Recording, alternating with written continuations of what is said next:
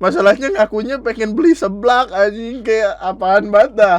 1,1 juta miliar ya, oke. Di 600-an. Gila, itu kerjaannya apa, Ci? Paling kecil aja 600 juta loh. Ya Allah.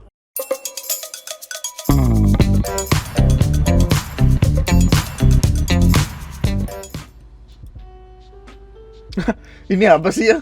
Ini baru kamu save ini. Pengantin Sukabumi pamit beli seblak, ternyata dibawa mantan kekasih. Kok bisa? Apaan sih lu?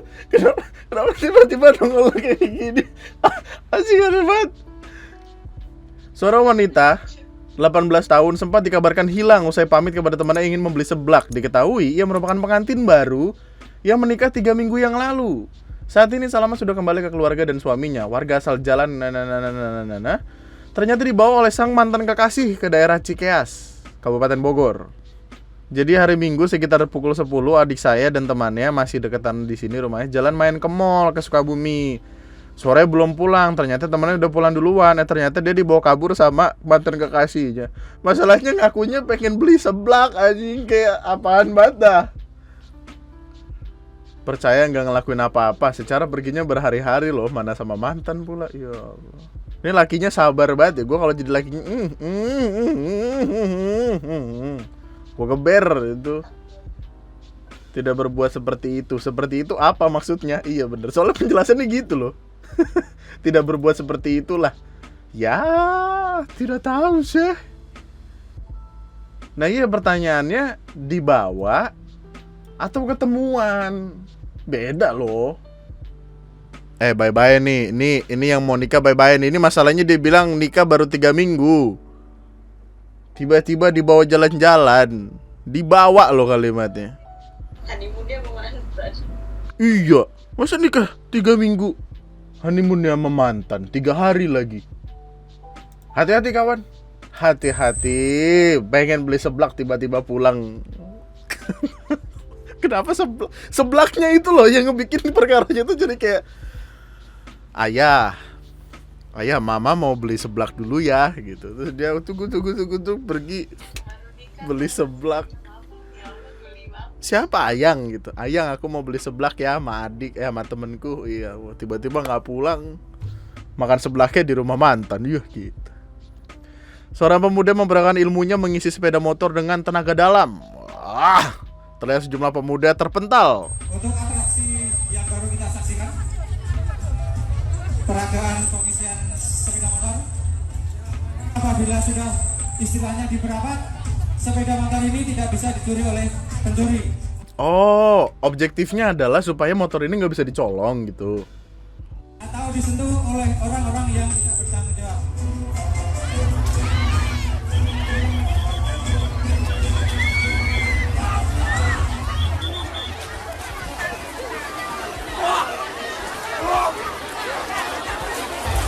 Masalahnya motornya Beat anjing, kekuatannya terlalu kuat untuk menjaga Beat.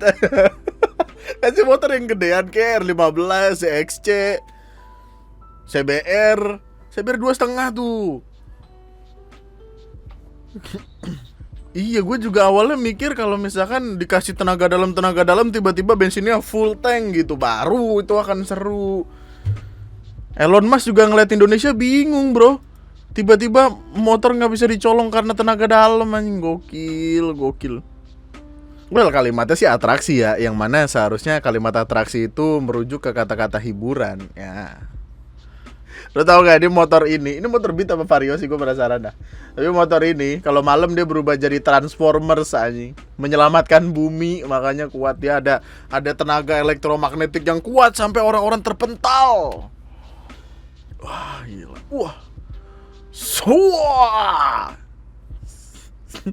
Kalau motornya bisa ngomong, apa yang sekiranya motornya katakan? Motornya akan ngelihat ke orang-orang, di apaan sih lu, caper.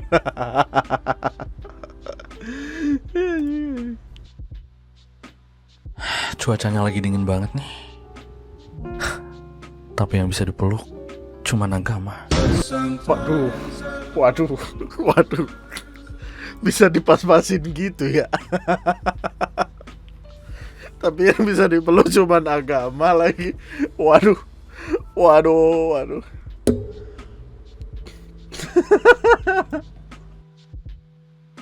Selamat pagi teman-teman semua. Di sini kita bisa memperhatikan bapak ini sangat-sangat meresahkan. Kenapa saya bilang sangat-sangat meresahkan? Tangkinya ini tembus ke karung hijau. Nah, Oh, sudah 167.000. buset. Motor kecil 170.000 guys. Luar biasa nih. Bayangkan. Lama sekali 200.000. Buset, orang di belakangnya 200.000 bingung. Tuh. 200.000 apa di 900.000 kan? Bingung aja. Kiri ini kok lama sekali dan Loh. dia over kemana dia bensin Loh. ternyata. Bocor kali mah bensinnya motornya itu gitu. over ke box di depan mobil motornya warna hijau. Oke baik. Wah, gokil sih, Paham ya sampai di respect. sini ya? Oke. Di 269. Oh, jadi dia ada dua, ada yang di depan, ada yang di Selamat pagi, belakang, apa teman-teman gimana? semua. Karena yang setelah digeser ke belakang ininya masih jalan. Mantep juga anjing. Gokil juga anjing kalau misalkan motor bisa sampai 100.000, 200.000. Itu motor bisa lu bawa sampai bulan, bro. Idenya cemerlang. Ini bapak ini helm merah, lu lihat tuh kayak loh. Ini minum apa gimana? Ya, mungkin untuk dijual lagi gitu, pakai Pertamini atau apa. Ya, kalau ngeliat yang kayak gini tuh pasti akan ada perdebatannya, men. Perdebatannya pasti datang dari kiri dan kanan. Untuk berdiri di tengah susah sekali karena di sisi lain ya gue sangat amat terbantu kalau misalkan ada yang jual eceran ketika bensin gue habis gitu. Tapi aturan pemerintah saklek, nggak bisa diganggu gugat yang gitu-gitu ya. PR-nya di mana sekarang? PR-nya ngarah kemana? Karena emang di wilayah-wilayah tertentu nggak semua tempat ada pom bensin. Apalagi kalau lu bicara tentang ke kampung gua, ya Allah 2 jam itu kagak ada pom bensin.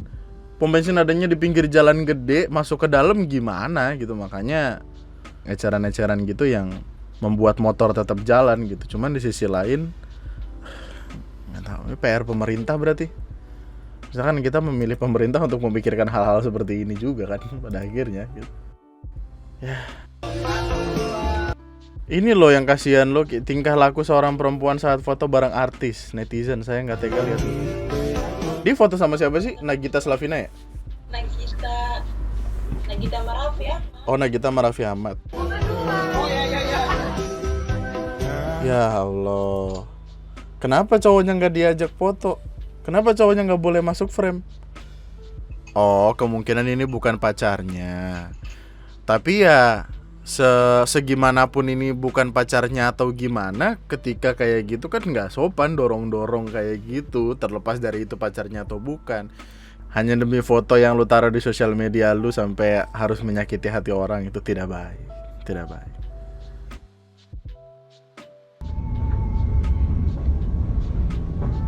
Bocah sekarang baju pramuka jalannya nonton lu. Nah. Putusin aja, Mbak. Putusin aja, Mbak. Gua sih kalau jadi lu gua putusin, Mbak. Kompor. Lagian lu ada-adaan aja dah. Pertanyaannya kenapa disimbang panjang geser ke kanan ya? Maksudnya pengen keluar frame apa gimana? ABG, kisah kasih ABG. Masalahnya didorong aja. Aduh, lucu bener sih kali. Aduh.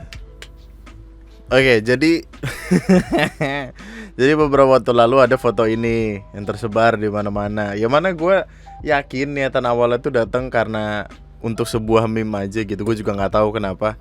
Tapi intinya ada yang ngasih tahu kayak konser cinta Leslar bersemi kembali, ada hari, tanggal sama jamnya. Terus orang-orang kan marah-marah kayak apaan sih? Kemarin bikin laporan segala macem, kenapa tiba-tiba bersemi kembali? Ya udah rame segala macam gitu. Orang udah pada marah-marah lah gitu ini. Terus pihak Indosiar sampai ngebantah kayak enggak bener. Indosiar tidak pernah merencanakan membuat acara ini. Jadi acara ini tidak ada. Terima kasih. Udah gitu doang. Karena emang dari awal gue yakin ini meme aja sih. Untuk yang apalagi kan update terakhirnya adalah demikian kan, udah lapor-laporan segala macem, udah panjang ceritanya, tiba-tiba muter balik, tidak jadi, ya orang kecewa ngedengarnya. Terus kayak mana di sisi lain tuh ada, di sisi lain si Baemongnya gini kayak ini dia kan ngebikin caption ini terus diedit kan captionnya nih, telah disunting 17. Intinya dia ngupload foto gitu, fotonya ini deh nih, dulu dihujat Baemong kini banjir ucapan permintaan maaf usai Lesti Kejora. Terus dia bilang kayak aku bingung, jadi aku masih boleh ngeprank enggak gitu. Ya Allah, pertanyaan gue siapa yang minta maaf gitu. Masih siapa yang minta maaf sama dia, orang dia beneran salah apaan sih? Kenapa jadi merasa kayak ih gue keren kan, gue bener kan, apaan sih? Enggak, ya salah masalah aja, nggak usah ada aja emang orang. Awah gelap perkara dari awal juga udah random banget. Anyway, ada update dari dunia Guinness Book World Record. Itulah pokoknya officially ngejadiin hari Senin sebagai hari paling buruk dalam seminggu. Ada-ada aja. Tapi ya selamat datang di dunia, emang kadang beritanya ada-adaan aja. Hari Senin sudah dinobatkan sebagai hari paling buruk dalam seminggu. Ya, gitulah. Tapi pembahasan ultimate sih, gue pengen ngomongin tentang perkara ini. Jadi ada sebuah video nih. Videonya kayak tipikal video-video TikTok gitu, yang nanya-nanya terus jawab-jawab. Cuman video ini 13 Oktober. Cuman video ini tuh ngambil perhatian orang banyak karena pembahasannya tuh ngagetin. Ini namanya siapa? Kristina. Gwen. Juliana Parmadi, panggilnya Jule. Sekarang umur berapa? 36. Aku 36. 33. Boleh spill nggak income per bulannya berapa? 1 miliar. 1 miliaran. 1,1 1,1 juta miliar. Miliar ya. Ya. Oke. Di 600-an. Gila, itu kerjaannya apa, Ci? Paling kecil aja 600 juta loh. Ya Allah. Boleh tahu. Di bisnis insurance. Bisnis asuransi. Bisnis asuransi lah. Pengeluarannya berapa per bulan? 300-an. Itu paling banyak di apa? Cicilan sih. Cicilan KPR rumah sama mobil. Gue ngedengernya tuh kayak ada kebingungan yang terjadi, men. Maksudnya berarti gapnya sejauh ini ya gitu, sejauh itu gitu. Pengeluaran sebulannya dia berapa kali lipat dari gaji lu sebulan kan gitu kan pertanyaannya anjing. Uang sekolah. Sekeluarga mah 150 itu kali ya. paling banyak untuk apa? Untuk keluarga sih paling banyak. Apa? Cicilan, sekolah anak, terus orang tua kan ngasih juga gitu-gitu. 100 juta ada ya. 100 juta. Udah ada anak 2. Oke. Tapi ya intinya gitulah, ini interview tentang pendapatan lu sebulan berapa. Ini lebih ultimate daripada berapa harga outfit lu nya si siapa? Yosiolo ya. Sama Mundut Mustafa. Ini lebih ultimate karena mainnya miliar-miliar. Sebulan lo 1 miliar. Ya Allah. Jadi konten ini dibikin sama akun TikTok namanya Felicia. Ini temennya Nap, gue inget. Gue gak ada masalah sama kontennya, cuma nanya-nanya doang. Ya tadi seperti yang lo dengar, pendapatan orang-orang ini ratusan juta sampai miliaran, pengeluaran ratusan juta juga. Dan mereka mendapatkan uang tersebut itu dari bisnis asuransi. Terus banyak sekali reaksi orang-orang ketika melihat perkara sendiri. Ada yang marah-marah, ada yang menjelaskan tentang ini dan itu, ada yang ngasih tahu kalau gue jadi bos asuransi gue akan larang pegawai untuk flexing segala macam. Tapi ya banyaklah perdebatan yang ada. Cuman sebagai konteks ini juga dari yang gue pelajarin dari beberapa tweet sama nyari-nyari di Google, kan ada Google ya kan, kita cari tahu aja. Intinya bisnis asuransi itu tidak semudah itu, karena saya pernah memiliki beberapa kawan yang bekerja sebagai orang yang menawarkan asuransi dan sulit, tidak semudah itu. Karena ya urusannya adalah tentang nyari nasabah, nyari partner bisnis, perkara network harus seluas-luasnya, pusing lah, ribet. Kalau lu nggak kuat mental lu akan kalah di bulan-bulan pertama bahkan. Tapi dari penjelasan beberapa orang, sederhananya adalah orang-orang ini bukan lagi agen asuransi gitu loh. Mereka lebih ke bisnis insurance yang hitungannya tuh kayak mereka bukan agen lagi, tapi mereka yang punya agen gitu loh. Jadi mereka menaungi atau mengepalai agen-agen tertentu, punya leader. Jadi di atasnya leader tuh masih ada mereka, kemudian dia dapat cuan dari komisi-komisi semacam itu. Lalu pertanyaan lainnya, apakah promo-promo semacam ini itu digunakan untuk menarik minat orang-orang supaya mau join jadi agen asuransi? Wah, kurang tahu juga tuh saya. Intensinya kan beda-beda. Tapi ya intinya pada akhirnya gue nggak memahami sih konteks kenapa orang harus memamerkan, bukan memamerkan ya, memberitahu pendapatan lu ke dunia gitu. Karena lebih banyak hal negatif yang terjadi instead of keuntungan untuk diri lu sendiri gitu. Tapi intinya, cara terbaik untuk menjawab pertanyaan orang yang nanya gaji lu berapa atau pendapatan lu berapa, sederhananya adalah dengan bilang kayak yang, ya alhamdulillah cukup, tapi gue bisa menjalani hidup yang cukup dengan semua ini gitu. Karena kadar cukup orang beda-beda kan. Ada yang bilang kayak, oh cukup nih buat kredit motor. Ada yang, oh cukup nih buat kredit rumah. Kredit rumahnya tapi yang cuma setahun, bisa gak sih tuh? Kredit rumah setahun 12 bulan, berarti 1 bulan berapa puluh juta ya gitu-gitu lah. Pada akhirnya itu pendapatan dia sebulan, bukan gaji dia sebulan. Pendapatan dia datang dari mana-mana. Siapa tahu dia investasi, siapa tahu dia ada penyewaan properti segala macam. Mungkin dia kerja udah lama. Karena dari salah satu orang yang diwawancara itu, ada yang udah kerja di asuransi dari 2008, yang mana gapnya sampai sekarang kan berarti udah belasan tahun. Pengalaman yang cukup banyak, kerja keras yang dituangkan juga cukup banyak ya. Kita nggak tahu juga apa yang terjadi. Banyak aspek di belakangnya. Nggak perlu kita pusingin ngedenger orang punya gaji gede gitu. Ngapain sih pusingin orang punya duit banyak tuh, nggak bakal ngebikin kita kaya. Biarin aja sih. Cuman mungkin aspek yang harus dipikirkan adalah, orang kan banyak yang ragu-ragu ya kalau mau daftar asuransi segala macem. Mungkin ini akan menjadi PR untuk siapapun orang asuransi, karena takutnya ya dengan orang ngelihat kayak, wih kok dia yang nawarin gua asuransi tiba-tiba duitnya banyak kayak gitu. Ntar orang jadi males buat join asuransi segala macam. Padahal ya konteksnya untuk kesehatan emang BPJS paling baik. Cuman lu kepikiran gak sih maksudnya apa yang sekiranya akan lu lakukan kalau misalkan lu punya gaji kayak mereka gitu. Maksud gue kayak pada 1,1, kita bicara 1 miliar ya deh, 1 miliar. 1 miliar tuh banyak loh. Dan kita bicara itu per bulan. Pasti akan tiba masanya di mana lu mengeluh gitu. Aduh, gajian bulan kemarin aja belum habis, udah gajian lagi. Gimana nih ngabisinnya nih? Apa kita foya-foya juga kebanyakan ini. Gaji bulan kemarin belum dihitungin pemasukan pengeluaran berapa, tiba-tiba udah gajian lagi. Ya Allah. Terus mungkin lo ada yang mempertanyakan kayak, kenapa gaji 1 miliar dia tetap nyicil ya? Ya kenapa enggak, suka-suka dia. Maksud gue kayak itu duit dia anyway gitu. Gak usah terlalu dipikirin apa sih. Mungkin dia nyicil rumahnya juga nyicil rumah yang 10 miliar, kita nggak tahu. Mungkin dia nyicil rumahnya yang di Kemang, yang di Alam Sutra, BSD, kita nggak tahu, tuh mahal. Tapi ya nggak usah diambil pusing tentang apa-apa itu udah di sosial media men. Santai aja, santai. Oh nih, mereka bukan staff, nggak ada staff perusahaan asuransi manapun yang gajinya segitu. Mereka punya income segitu karena komisi sebagai agen atau bahasa kerennya business partner.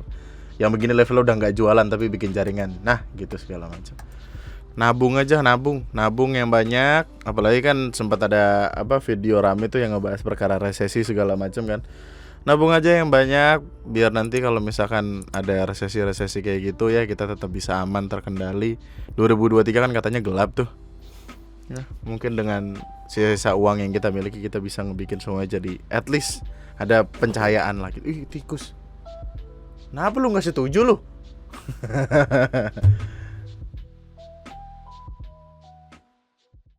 Cuman yang kocak di kepala gue tuh kayak kita nih akhir bulan tuh stres loh. Dia akhir bulan tuh masih ada ratusan juta. Ya Allah, duit semua loh itu. Ya gitu.